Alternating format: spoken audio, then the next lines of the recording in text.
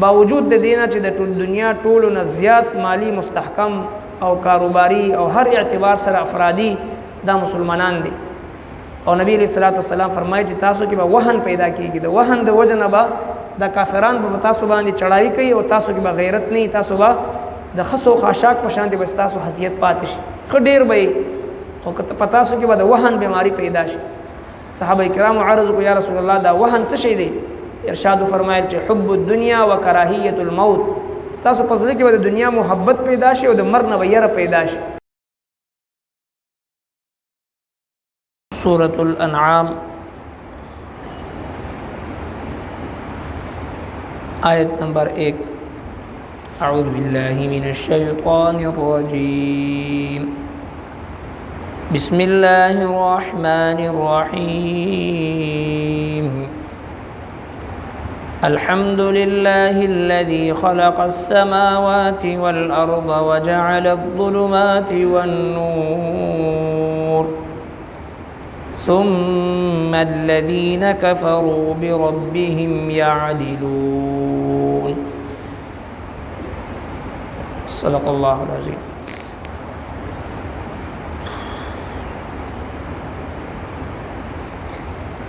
دا سورة مبارکہ سورة الانعام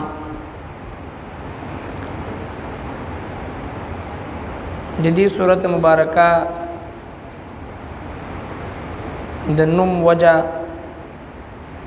انعام نعم ګډو بيزو ته وي، نعم ګډو بيزو ته وي، انعام داغي جمع ده.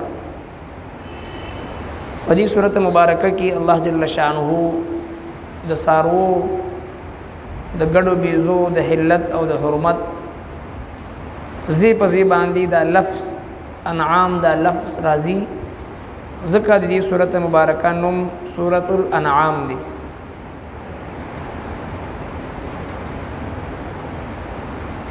او په دې سورته مبارکه کې 165 آیتونه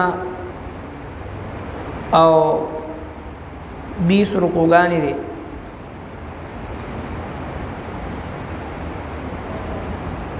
د دې سورته مبارکه مرکزی مضمون عقیدہ توحید اثبات دی. دا چونکہ مکی صورت دی او هغه سورتونه مبارکه چې کوم مکه معظمه کې نازل شوي دي نو هغه کې عموما دا سلور مرکزی مضامین سلور دا مرکزی خبري وي. لومبي پاغي کې عقیدہ توحید او بیا عقیدہ ختم نبوت او رسالت او دریم د قرآن کریم حقانیت او سلورم د قیامت ذکر. دا سلور خبرې د مکی سورتونو مرکزی مضمون وي. دغه وجه دا چې مکه معظمه کې د نبی کریم صلی الله علیه وسلم چې څومره جن زندگی مبارک تیر شوی نو پاغي کې د احکام او د نازلېدو سلسله نو شروع شوی. صرف عقاید هغه بیانېدل د توحید عقیده، د رسالت عقیده، د قران کریم په باره کې عقیده او د مرګ نه بعد چې کومه زندگی ده د هغې په باره کې عقیده، د خلکو د عقیدې د اصلاح دا په دې مکی سورتونو مرکزی مضامین بو. لہذا په دې صورت کې هم ټول نړومبي عقیده توحید بیانېږي. چې عقیده توحید څه ته وایي؟ یو مسلمان بغیر د عقیده توحید د پہچان نه، بغیر د عقیده توحید نه دی مسلمان کی دی نشي. عقیده توحید دا چې الله جل شانه وحده لا شریک دی، دا غسر په ذات او په صفات کې هیڅ څوک شریک نشته دی او هغه په هر ځای کې حاضر او ناظر دی، عالم الغیب دی، مالک کون و مکان دی، د کائنات په ذره ذره باندې الله تبارک وتعالى ته تصرف حاصل دی. لا تأخذه سنة ولا نوم، نه پاغ باندې د خوب جټکی راځي، نه ور باندې خوب غالبېږي، او لم یلد ولم یولد، نه داغه نه څوک پیدا دی، نه هغه د چا نه پیدا دی، همیشه نه دی، همیشه به وي، وراء الورا ذات دی. دا ټول عقیده توحید هغه بنیادی خبرې دی چې هر مسلمان ته په دې باندې ایمان لرل دا ضروري دی. عقیده توحید په دې سورۃ مبارکه کې بیانېږي. دویم عقیده رسالت، د رسالت اثبات او د نبی کریم صلی الله علیه وسلم د رسالت مبارکه تفصیل په دې سورۃ مبارکه کې بیانېږي. او دغه سی په عقیده رسالت باندې چې کوم اشکالات او اعتراضات د منکرینو دغه جوابات په دې سورۃ مبارکه کې هغه ورکول کېږي. او بل عقیده آخرت، د آخرت مبارکه یو مسلمان لره سرنګي عقیده ساتل پکار دی، دا په دې سورۃ مبارکه کې بدا بیانېږي. او دغه سی جناب رسول الله صلی الله علیه وسلم ته چې کوم مشکلات او تکلیفونه او مصائب پاغي باندې تسلی و، هغه تسلی ذکر په دې سورۃ مبارکه کې هغه ذکر کیږي. ورسره چې کوم منکرینو نبی کریم صلی الله علیه وسلم باندې اعتراض کو، د هغه اعتراضات او جوابونه هم په دې مبارک سورۃ مبارکه کې هغه ذکر کیږي. لہذا د دې سورۃ مبارکه ابتدا، دا سورۃ مبارکه چې کله نازلې دو مکه معظمه کې 70,000 فرشتي هغه دې سورۃ مبارکه سره یوځای نازل شوي. 70,000 فرشتو دا سورۃ مبارکه جبرئیل علیه السلام چې کله راتلو نو 70,000 فرشتي ورسره دا نازل شوي. او دغه سي د دې سورۃ د نزول په وخت کې جناب نبی کریم صلی الله علیه وسلم په جب مبارک باندې هم د الله جل شانه شکر الفاظ او د سجدي په حالت کې نبی علیہ السلام پروت او د الله شکر ادا کو. ذکر دې سورۃ مبارکه ابتدا د حمد نکېږي. الحمدلله الذي طول صفتنا د خدای توب خاص الله لره دی. خلق السماوات والارض، هغه ذات چې پیدا کړی دی آسمانونه او ځمکه. الحمدلله، الحمد کې دا الف لام چې دی الحمد تمام جمله صفتنا، تمام د خدای توب هغه صفتنا، تمام تر کمالات په دې دنیا کې چاته ملو دي. څوک څومره درجه لوی مرتبه خاوند دي، چاته الله جل شانه سونه مال دولت ورکړي دي، او چاته الله جل شانه څومره لوی علم او فهم ورکړي دي، چاته الله جل شانه څومره عزتنا او رفعتنا ورکړي دي. الحمدلله الذي، دا ټول تعریفونه خاص الله لره ثابت دي. د دې ټول تعریفونو په کم انسان کې کم کمالات دي او د کم انسان تعریف چې بیانېږي چې دې کې دا صفت دی، دې کې دا خصوصیت دی، دا بهترین انجینیر دی، بهترین ډاکټر دی، بهترین ساينسدان دی. دا کم انسان چې څومره صفات بیانېږي دا په حقیقت کې د الله جل شانه صفات دي، دا په حقیقت کې د الله تبارک وتعالى تعریف دی. دا غي وجه دا ده چې د انسان پیدا کولو والا الله جل شانه دی، د انسان ته دا کمالات خودلو والا الله جل شانه دی. والله خلقکم، الله جل شانه تاسو پیدا کړی. لا تعلمون شیئا، تاسو په هیڅ چیز باندې نه پوي دی، تاسو په هیڅ چیز باندې نه پوي دی. الله جل شانه تاسو پیدا کړی.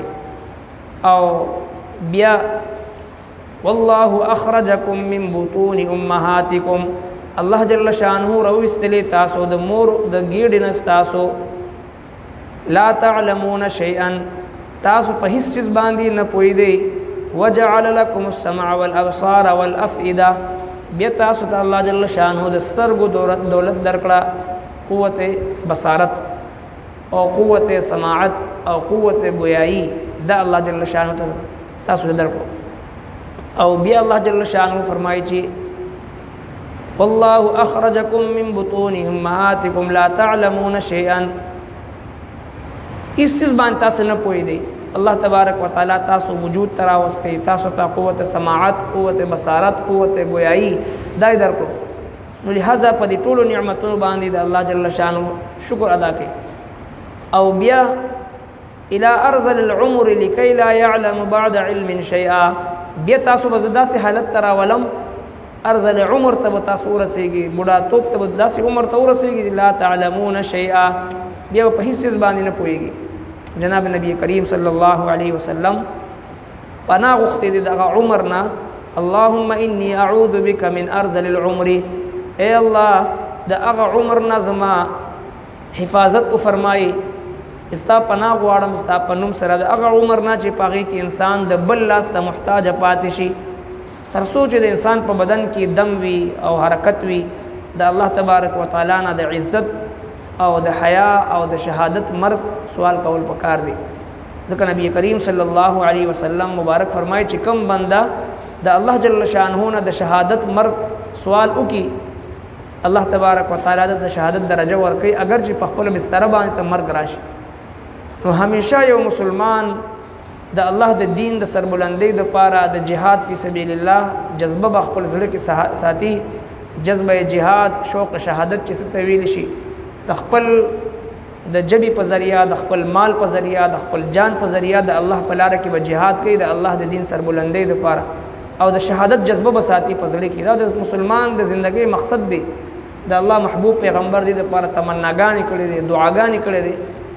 فرمای لوددت ان اقتل فی سبیل الله ثم احیا ثم اقتل ثم احیا ثم اقتل ثم احیا ثم اقتل. زما د زړه د تمنا ده چې د الله په لار کې قتل کړی شم، بیا ژوندې کړی شم، بیا قتل کړی شم، بیا ژوندې کړی شم، بیا قتل کړی شم، بیا ژوندې کړی شم. نو د مسلمان د ژوند نن د جذبه جهاد، شوق شهادت، فکر آخرت، مرګ دا هیره ده.